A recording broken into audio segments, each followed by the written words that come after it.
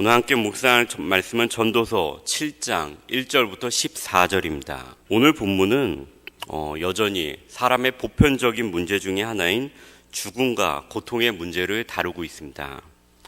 저는 오늘 본문을 묵상하면서 오늘 본문에 나와 있는 1절부터 12절까지에 있는 말씀을 좀 더 우리 마음 가운데 잘 담아두기 위해서는 13절과 14절을 먼저 보고 나서 그 다음에 1절부터 12절을 보게 되면은 우리 마음 가운데 1절부터 12절을 왜 이것을 하라고 하는지를 좀 더 마음에 잘 와닿을 수 있다고 생각합니다. 13절을 보게 되면요, 하나님께서 행하시는 일을 보라. 하나님께서 굳게 하신 것을 누가 능히 곧게 하겠느냐. 하나님께서 이렇게 굳게 만드신 것을 누가 감히 곧게 펼 수 있느냐라는 불가능에 대한 물음을 우리에게 던지고 있습니다. 당연히 하나님께서 굳게 하신 것을 우리는 곧게 할 수 없습니다. 그런데 우리의 인생 가운데 하나님께서 굳게 하신 것을 곧게 하려는 우매한 모습을 우리가 한다는 것입니다. 이따가 1절부터 12절 가운데 이를 보도록 하겠습니다. 그리고 14절을 보면요, 형통한 날에는 기뻐하고 공고한 날에는 뒤돌아보아라. 이 두 가지를 하나님이 병행하게 하사 사람이 그의 장래일을 능히 헤아려 알지 못하게 하셨느니라. 간단한 지혜를 두 가지를 우리에게 허락하십니다. 형통한 날, 일이 잘 풀리는 날에는 기뻐하고, 공고한 날에는, 삶이 어려운 날에는 뒤돌아보라고 얘기합니다. 왜냐, 하나님께서 우리의 인생 가운데 이 기쁨과 공고함, 이 두 가지를 병행하게 하사 우리의 인생 가운데 우리의 인생이 앞이, 미래가 어떻게 될지 알지 못하게 하신다고 말씀하고 있습니다. 저는 오늘 본문을 읽으면서 만약에 우리의 매일매일의 삶이 비슷하다면, 거의 비슷하다면 우리가 미래에 대해서 어떻게 생각할 수 있을까에 대해 생각해 보았습니다. 오늘도 하루 종일 놀아도 나무에 올라가서 바나나를 딸 수 있고, 코코넛을 딸 수 있고, 모든 거 먹을 것을 딸 수 있고, 바다에 나가면 물고기에서 낚시를 할 수 있고, 그리고 잠을 자고, 그리고 내일 아침이 되면 똑같이 나무에 올라가서 과일을 따고, 저녁이 되면은 잠을 자고. 만약에 이런 삶이 매일같이 지속된다면 우리는 미래에 대해서 어느 정도 예측할 수 있을 것입니다. 미래에도 내일도 똑같이 별일 없으면 나무에 올라가서 과일을 따고, 바다에 가서 물고기를 잡고, 그리고 시간이 되면 나는 잠을 잘 것이다, 이렇게 생각을 할 수 있을 것입니다. 그러나 우리의 인생 가운데 우리가 미래를 예측할 수 없는 이유는 형통한 날이 내일 올지 아니면 공고한 날이 내일 올지 우리가 알 수 없다는 것입니다. 하나님께서 가장 기본적인 이 두 가지로 우리의 인생 가운데 우리가 내일 일을 알 수 없도록 만들어 주셨습니다. 그런데 하나님께서는 오늘 우리에게 공고한 날에 그것을 위해서 고민하지 말고 뒤돌아보라고 얘기하고 있습니다. 왜 하나님께서 공고한 날에 뒤돌아보라고 얘기를 하셨을까요? 저 같은 경우에도 뭔가 일이 잘 풀리지 않고 산 가운데 어려움이 닥쳤을 때 가장 먼저 고민하는 것이 있습니다. 그것은 어떻게 하면 내가 이것을 풀어볼까? 내가 어떻게 하면 이것을 좀 더 해결해 볼까?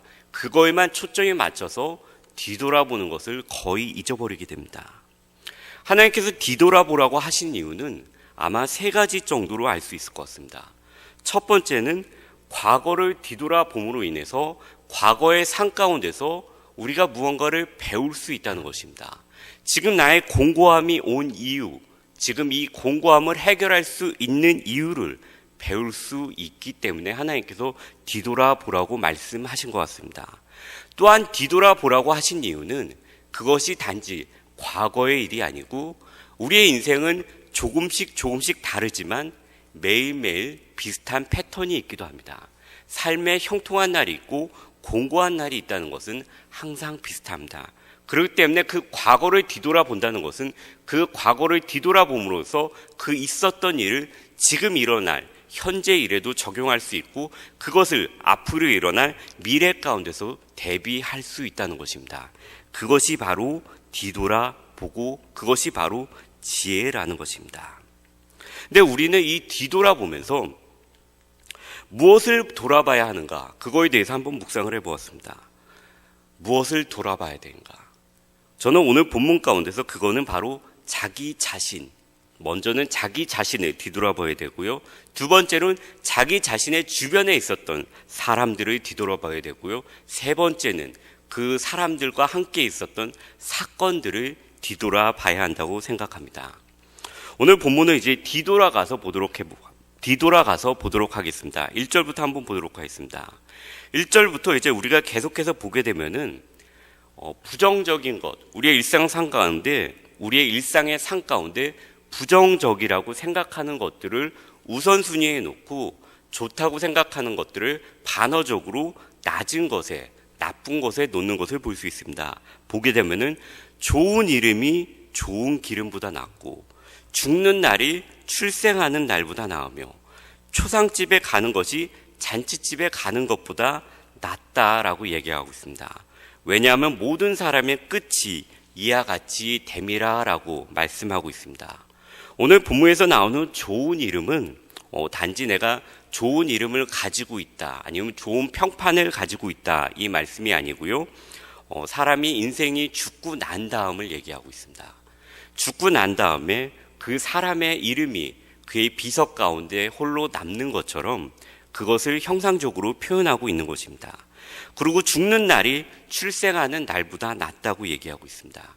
그리고 초상집에 가는 것이 잔치집에 가는 것보다 낫다라고 얘기하고 있습니다. 그러면서 산자는 이것을 그의 마음에 둘지어다라고 얘기하고 있습니다. 우리가 죽게 되면은 이것을 우리의 마음 가운데 둘 수가 없습니다. 우리에게 이미 죽음이 임한 그 순간에는 우리가 뒤를 되돌아볼 수 없습니다. 뒤를 되돌아보고 그 가운데 지혜를 찾아서 그것을 나의 현재의 공고한 가운데 적용할 수가 없습니다. 죽음이 이미 왔을 때는 이미 나에게는 너무나도 늦어버린 것입니다.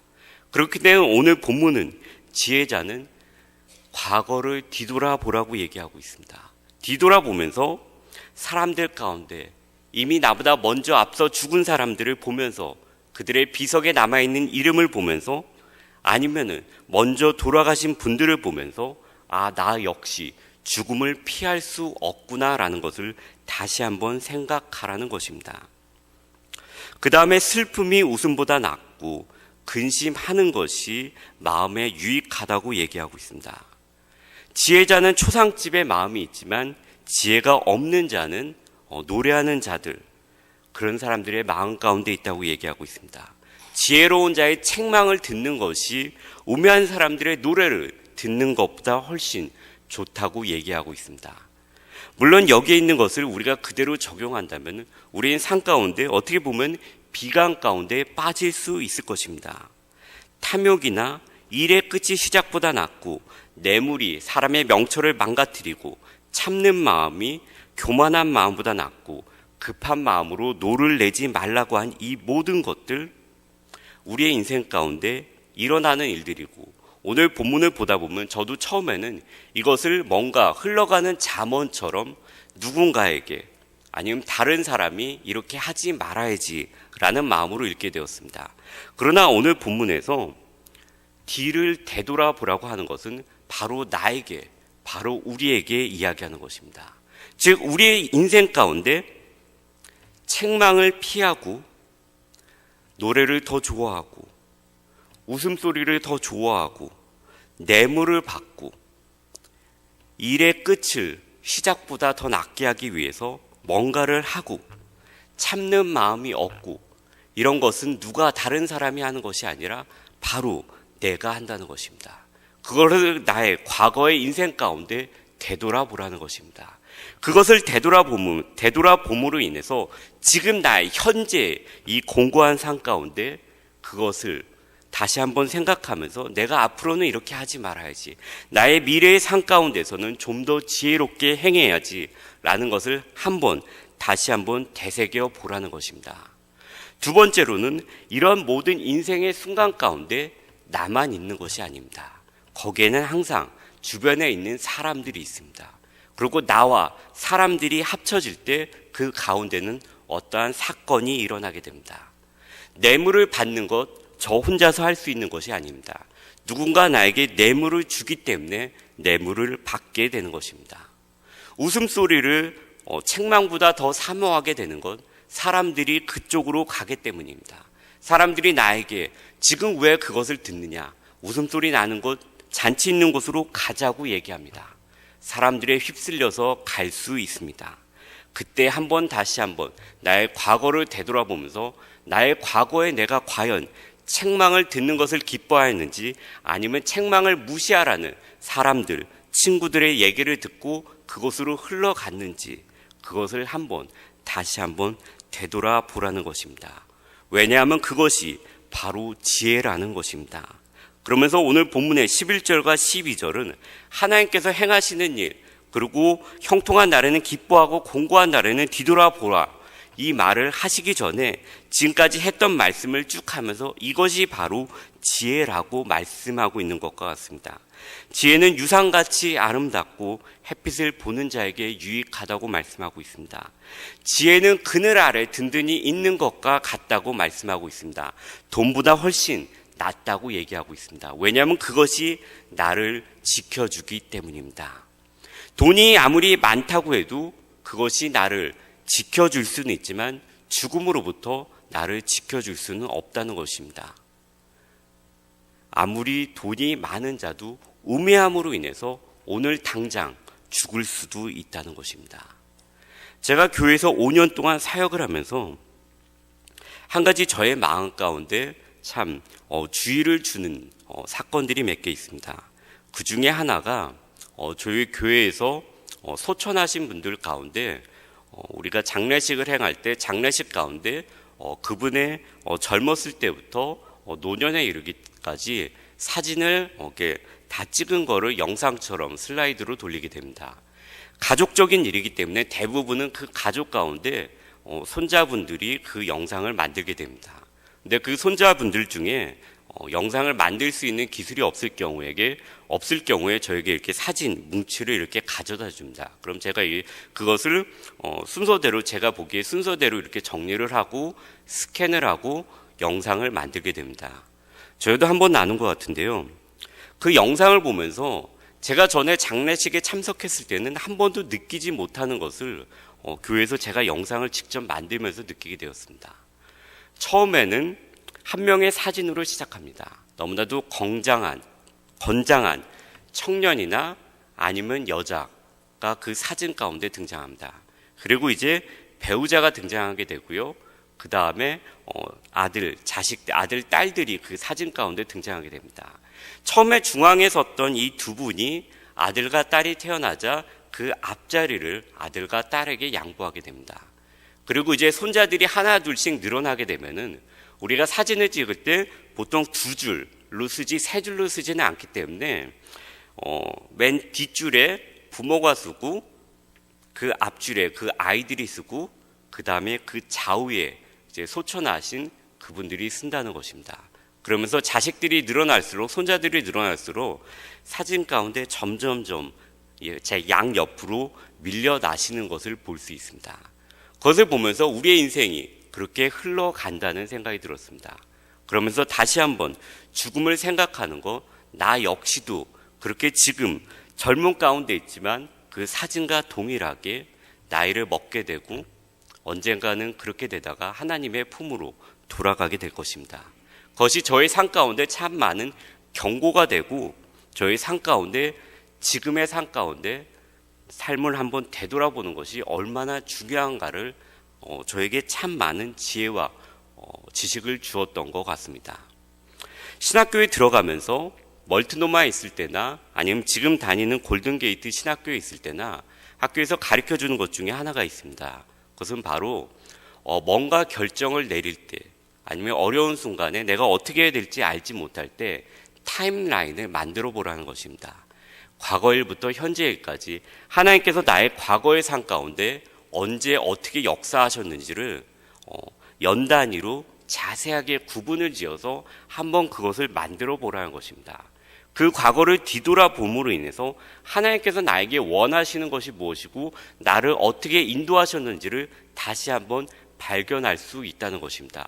저 역시 멀티노마에서 있을 때나 골든게이트에 있을 때 그것을 함으로써 하나님께서 나의 인생 가운데 정말로 원하시는 건 나를 인도하시려고 하시는 것이 무엇인가에 대한 지혜를 얻을 수 있었습니다. 결론을 내리겠습니다. 우리의 인생 가운데 삶의 기쁜 순간이 있습니다. 기쁜 순간에 기뻐하십시오. 형통한 순간에 그 순간을 즐기십시오. 그러나 공고한 순간이 있습니다. 그 공고한 순간에 고민하고 염려만 하지 마십시오. 예수님께서 말씀하셨습니다. 내가 염려함으로 너 키를 한 자나 늘릴 수 있느냐? 늘릴 수 없습니다. 그때 우리가 해야 되는 것이 있습니다. 그것은 바로 과거를 뒤돌아보는 것입니다. 과거의 나를 뒤돌아보고 과거에 나의 주변의 사람들을 뒤돌아보고 과거에 나와 나의 주변의 사람들 사이에 있었던 사건을 뒤돌아보라는 것입니다. 그러므로 인해서 지혜를 얻고 그것 가운데 내가 오늘을 어떻게 살아야 되고 미래를 어떻게 살아야 되는지 이 가장 기본적인 것을 하라고 오늘 본문은 우리에게 지혜로서 가르쳐 주고 있습니다.